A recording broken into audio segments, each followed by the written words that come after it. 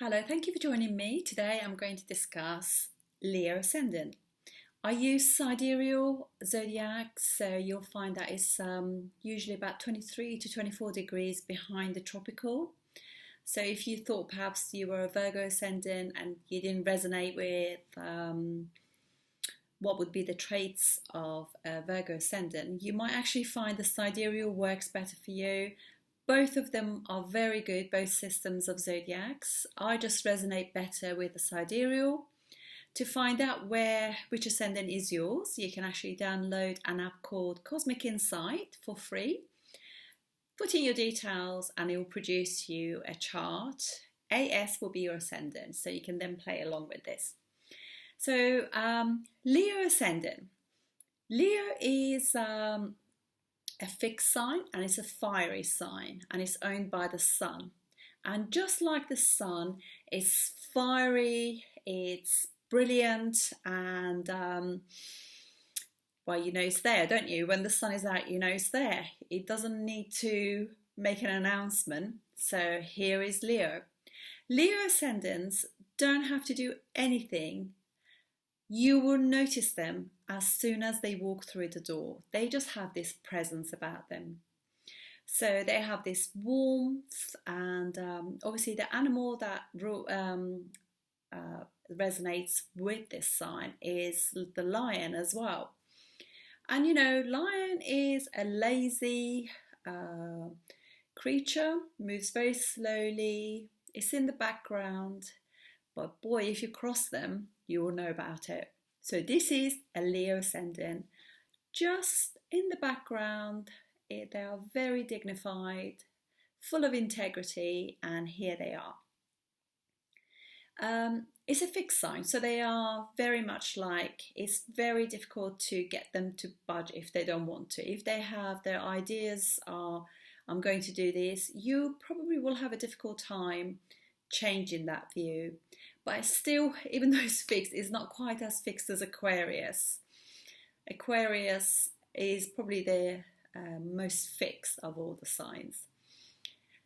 So going back to the sign of Leo. So basically, Leo is also the sign that resonates with the heart chakra, just like actually so does Cancer ascendants as well, but this is like a really passionate sign.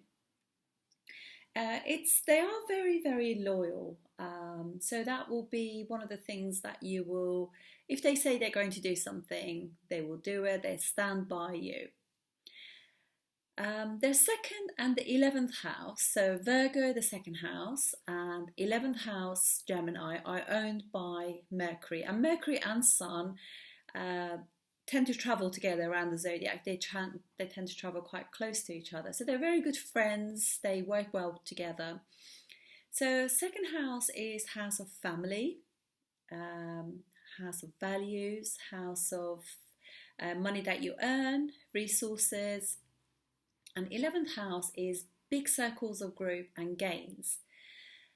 So if Mercury is well placed in their chart, they can literally have a lot of wealth come to them. And that will be through family, through speech, and through their networks, friends, groups they belong to. And you will find that they will choose the groups that they want to be with as well, because this actually is a very noble sign. It's a royal sign, Leo. So they choose who they want to hang out with. They are quite mysterious sign. So basically, when it comes to money, because obviously Virgo being the second house, money and how to spend their money regarding family or anything like that, they will be quite calculating. They will analyse, I'll put this much money for this and this money for that. So they are actually pretty good about that. And therefore, they if Mercury is well placed, they will gain quite a lot through their family as well. And third house and 10th house are both owned by Venus. And Venus is not a friendly planet to the sun. They're arch enemies, actually, because Leo is sign of me, myself, and I, independence, and going solo. And Venus is very much a planet of working together with other people, getting on harmoniously, actually considering other people's views and mine, and things like that. But obviously, that doesn't resonate very well with the Sun or Leo.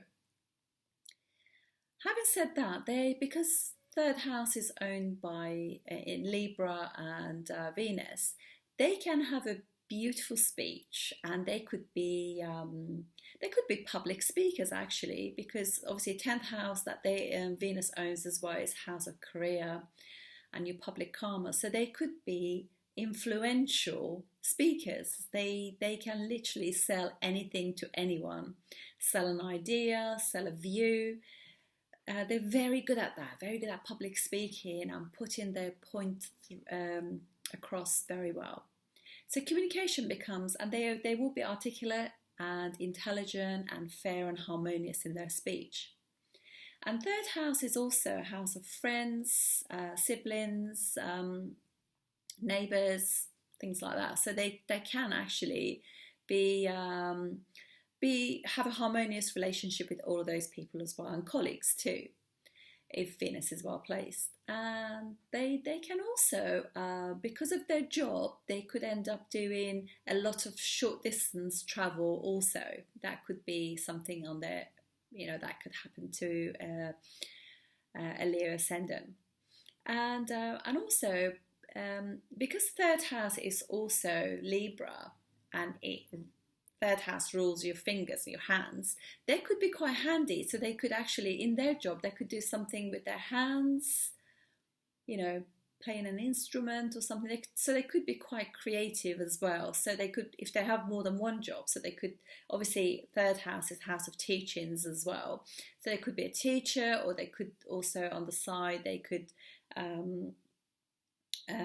also do something, teaching and playing an instrument, something like that, or crafts or something like that as well. Fourth house and ninth house are both ruled by Mars, and Mars is a very good planet for the Leo ascendant, because what it is in Vedic astrology is called Yoga Karaka. So it can actually give them spirituality and happiness and everything. So it's a very important planet for them. So fourth house, Scorpio, is house of home, mother, happiness, things like that. So you could see by this that they have a mother who is a bit Martian. So she could be into martial arts, she could be active, sporty, very good at initiating things, sort of an active person really. And ninth house is their father, so their father could also have Martian things as well. So they could be medicine, because obviously part of Aries is ruled by Ashwini fixed star. So they could be good public speakers. They could be quite spiritual. They could travel a lot. Both parents could be very much into traveling, and they're very cultured parents, and they're very much unified with each other. Parents are very much do things together, and so. But also because fourth house is owned by Scorpio and owned by Mars, they could be a little bit secretive as well about, they are private. So when it comes, they're very very firm about having boundaries in place when it comes to their private life. Then fifth house and eighth house are ruled by Jupiter. Jupiter is a very good planet also for the Leo ascendant, and so they are obviously highly educated, highly creative. They have very Jupiter is also the planet of view, Sagittarius fifth house, so they'll have very strong views, spiritual views, political views. They could be lawyers. They could have very good contacts, and they could also have problems with children, because eighth house is also ruled by Jupiter. So they could have either there'll be issues having kiddies, or once they have them, they could have like they go through periods of up and down with the kiddies as well. So that could happen. That doesn't necessarily mean for everyone. It very much depends on the condition of Jupiter on and Venus in the chart. But basically speaking, they're very much like seekers of truth. They want everybody to be, because obviously Jupiter is a planet of political views and the truth, spirituality, religion. So they could be quite conservative in their thinking and be that way with their children as well. Then the sixth and the seventh house, Capricorn and Aquarius, are both owned by Saturn. Saturn and Sun are arch enemies, so they just do not get on. So it could just be that they will have, Leo ascendants will have, because of Capricorn, very, very strong, very conservative, even governmental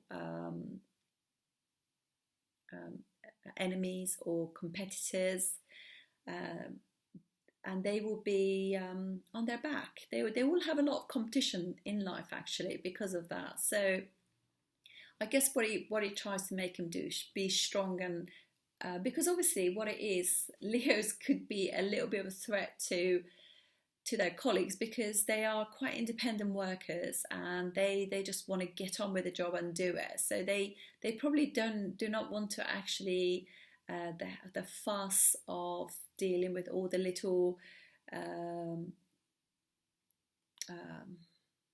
I don't know, it's sort of dotting all the I's and crossing all the T's, if you like. They just want to get on with the job. And so they might find that they have got some competitors in life. But it could also be that the person who is also their partner, because seventh house is Aquarius. Aquarius is another fixed sign, so it just means that they go for somebody from a network of people, if you like, and that could actually mean that they normally will end up with a partner who has similar views or comes from the similar sort of social background as them, and it is because obviously Leo is a fixed fiery sign, so it's a warm but fixed stubborn sign. But Aquarius is fixed and airy, and it's a bit colder, ruled by Saturn. So it just means that there could be initial issues in the first relationship.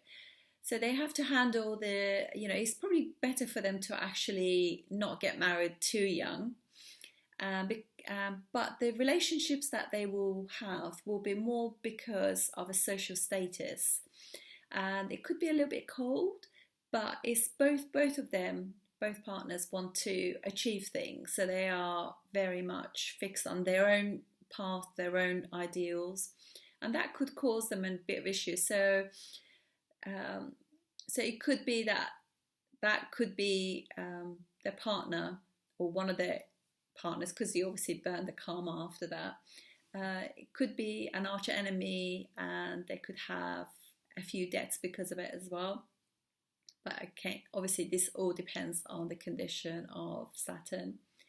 Then we have 12th house. We've spoken about the rest of them. 12th house is owned by Moon.